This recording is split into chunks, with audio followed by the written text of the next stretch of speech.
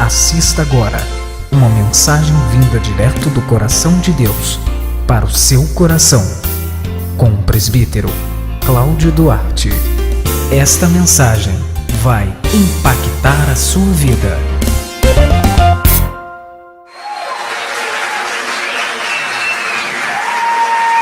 Que felicidade ter esse homem de Deus conosco aqui na nossa igreja.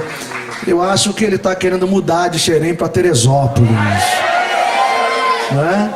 E como ele está mais batista do que metodista, eu acho que tem vaga no time aqui, viu, irmão?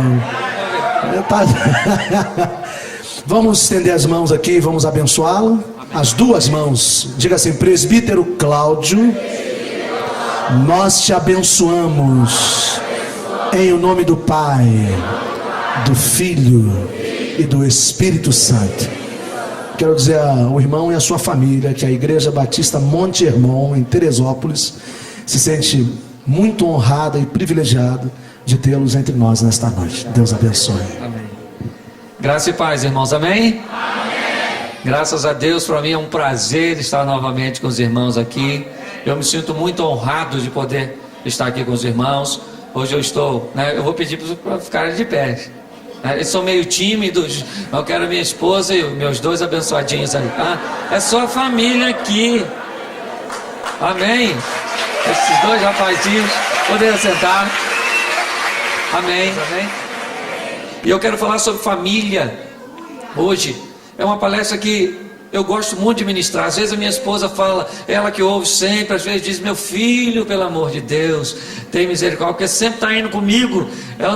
Mas eu quero compartilhar hoje esta palavra, porque eu tenho trabalhado com casais e tenho visto quantos problemas, meu Deus, os homens enfrentam com essas mulheres. Quantos problemas essas mulheres enfrentam com esses homens. Amém? Na outra vez que eu vim aqui, eu dei até uma palavrinha pequenininha no que diz respeito a isso. Hoje eu vou até voltar a falar algumas coisas, mas nós vamos aprofundar mais. E eu quero que você abra a sua Bíblia no livro de Jó. Você sabe o que é um casamento perfeito? Jó, capítulo 1, versículo de número 1. Amém? Jó capítulo 1, verso de número 1. Não repare que minha Bíblia é uma tradução um pouquinho diferente. É da Nova Versão Internacional, NVI. Então é um pouquinho diferente, mas você acompanha aí. Jó capítulo 1, verso de número 1, nos diz assim: na terra de Uz vivia um homem chamado Jó. Era um homem íntegro e justo, temia a Deus e evitava fazer o mal. Tinha 7 filhos e 3 filhas, e possuía 7.000 ovelhas, 3.000 camelos, 500 juntas de boi e 500 jumentos. Tinha muita gente ao seu serviço, e era o homem mais rico do Oriente. Seus filhos costumavam dar banquete em casa, um de cada vez, e convidava suas 3 irmãs a comerem e beberem com eles. Terminado o período de banquetes, Jó mandava chamá-los e fazia com que se purificasse. De madrugada ele oferecia um holocausto em favor de cada um deles, pois pensava: talvez meus filhos tenham lá no íntimo pecado e amaldiçoado a Deus. Esta era a prática constante de Jó. Amém? Amém. Verso de número 12. O Senhor disse a Satanás: pois bem, tudo o que ele possui está nas suas mãos, apenas não toque nele. Feche os seus olhos e não a sua Bíblia. Senhor nosso Deus e Pai, em nome de Jesus, eis aqui a tua palavra.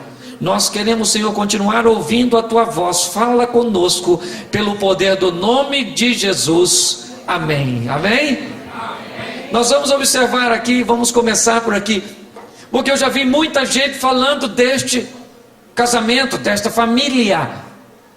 Muitas pessoas falaram às vezes da família ou da mulher de Jó, mas é um negócio muito interessante, querido.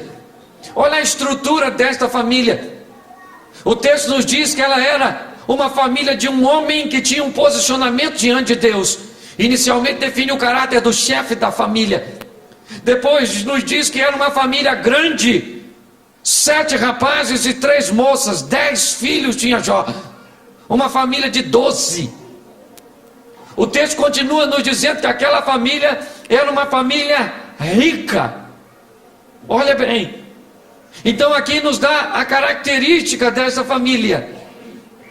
Só que nós sabemos se uma família é forte de verdade no momento que sobrevêm as adversidades. No momento dos problemas é que nós sabemos quem é quem. E esta família mesmo sobreviveu às perdas mais difíceis. Eles conseguiram, superar as crises mais difíceis. Se você observar direitinho, chegou a notícia de que todos os bens acabaram se esvaindo praticamente de uma vez só. Perderam tudo. E aquela família enfrenta uma crise financeira. Se não bastasse, morrer os 10 filhos de uma vez só, a casa caiu. Imagine você no velório de 10 filhos. É um caminhão, pipa de lágrimas. Não dá nem para chorar, individualmente. Tem que botar os caixões tudo junto e chorar de uma vez só. Não é verdade? Imagine a crise que eles enfrentaram. Se não bastasse isso, a mulher, coitadinha. Porque agora, olha a situação, o homem ficou doente, querido. E a doença dele era uma enfermidade profunda. Deu um negócio no corpo dele que deu ferida pelo corpo inteiro, do alto da cabeça à planta dos pés. Isso criou, se não bastasse uma crise financeira, perder os filhos, nós temos aqui uma crise muito forte na vida sexual também. Porque ela não ia olhar para ele e falar: filhinho, você está tão sexy, machucadinha assim. Não dava. Não é verdade? Não tinha mais os encontros amorosos. Olha bem, um casamento que já havia enfrentado uma crise financeira, perdeu os filhos, agora uma crise da saúde, que culminou numa crise de um relacionamento sexual. E isso agora cada vez vai piorando. Ela olhou para ele e disse: por que você não morre? Incompreensão, querido.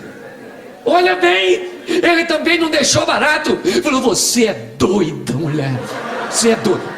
Falam dela, mas ninguém fala da resposta que ele deu. Você fala como uma louca. Olha bem, o respeito, a compreensão, o dinheiro, a saúde, o sexo, os filhos, foi tudo embora, querido. E a mulher mandou ele morrer, mas ela estava lá para falar a frase, viu, querido? Eu conheço muita gente que quando o marido perdesse o dinheiro, a mulher já tinha rapado fora. Perdeu a saúde, perdeu os filhos, foi embora. A mulher ficou, querido. Ficou, ela falou a frase. Isso indica que ela estava presente. E no capítulo 42 eu acho interessante. É o ponto culminante dessa história para a gente passar essa parte aqui. O texto diz... Deixa eu ler com você, só para a gente. 42 de Jó. Lê isso aqui comigo, porque isso é muito importante para você que é casado. Amém?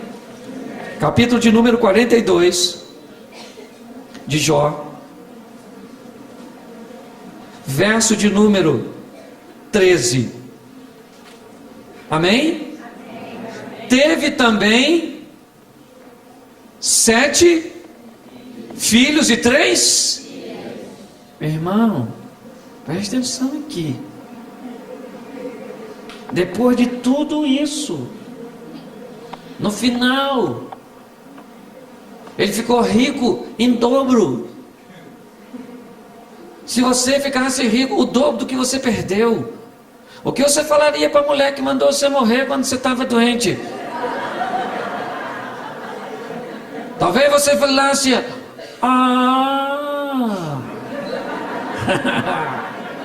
mandou eu morrer, lembra, nunca esqueci aquilo que você me falou. Nunca esqueci que você mandou morrer no momento que eu mais precisava de você. Agora, querida, que eu tô rico, bom de saúde, eu vou trocar você de 40 por 2 de 20. Na verdade, ele tinha todo o direito, querido, a lei permitia.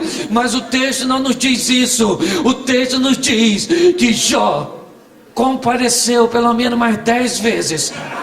Chegou junto, numa linguagem jovial, passou o cerol naquela mulher e gerou mais 10 filhinhos com a mesma mulher, querida. A mesma. Um casamento à prova de balas, querido. Amém? Um casamento que sobreviveu a todas as crises. E é este casamento que nós temos que viver, querido. Nós não somos casados e movidos por dinheiro. O nosso relacionamento não é mantido pelos filhos. O nosso relacionamento não é mantido pelo nosso relacionamento sexual. Nós não vivemos por todas essas coisas. Nós temos um relacionamento porque Jesus é o pilar de nossa família. É Ele que sustenta, amém? Então preste atenção, tem uma visão diferente da mulher de Jó, que ela era legal. Amém? Era legal. Tanto era que 10 filhos depois. E o mais engraçado que diz que as filhas que ele teve eram mais bonitas que as outras que foram embora. Deus deixou o melhor por último, amém? Então nós vamos ver que montar uma família não é nada fácil, querido. Nada fácil. Escolher alguém para viver com você até que a morte o separe é uma das decisões mais importantes da sua vida. Você vai diante do altar e diz lá: eu aceito até que a morte nos separe. É muito tempo, querido. Até que a morte os separe é tempo pra caramba. Eu já vou fazer 15. É muito tempo. Você tem que ter um critério rigorosíssimo para escolher. Examine tintim por tintim, entre em detalhe, vasculhe, observe todas as coisas, né? Para depois você ir no altar e dizer sim. Até porque o pastor não fala tudo. Eu até brinquei com isso aqui. O pastor só fala na saúde e na doença, na riqueza e na pobreza. O pastor tinha que falar na saúde e na doença, na riqueza e na pobreza, com cabelo sem cabelo, com celulite sem celulite, 38 ou 46, com potência sem potência. Ele deveria fazer todas essas perguntas, e se ele fizesse, talvez o casal diria: pastor, manda esse pessoal embora que eu vou para casa pensar. É muita coisa, pastor. É muita informação para um dia só. Ok? Então escolher alguém para viver até que a morte o separe é complicadérrimo. E pior, querido, você na hora da escolha de formar a sua família, a prova de balas, cuidado. Você, essa é uma palavra preventiva para quem não casou ainda. Você pode estar apaixonado, e a paixão é um sentimento burro. Ele cega você. Na paixão você não vê defeito, você só vê as virtudes. O apaixonado tem anulado no seu cérebro uma área, crítica. E quando a pessoa amada chega, querido, você não vê outra coisa a não ser as virtudes. Ele vai para sua casa e já dormiu até no seu colo, e ele roncava, mas você estava namorando a apaixonada, e o ronco dele parecia uma sinfoniazinha, que você falava: esse ronquinho é genial. Esse ronquinho é fantástico. Aí quando você casa com ele, ele ronca que parece até Ana. E você cutuca ele e fala: pelo amor de Deus, homem, você não era assim. Era assim, querida. É que você estava apaixonada. Ele tinha chulé. Quando ele tirava aquele troço, você estava tão apaixonado que você era incapaz de sentir aquele gambá que ele tinha amarrado no pé. E agora ele casou, quando ele tira aquele negócio, só a graça.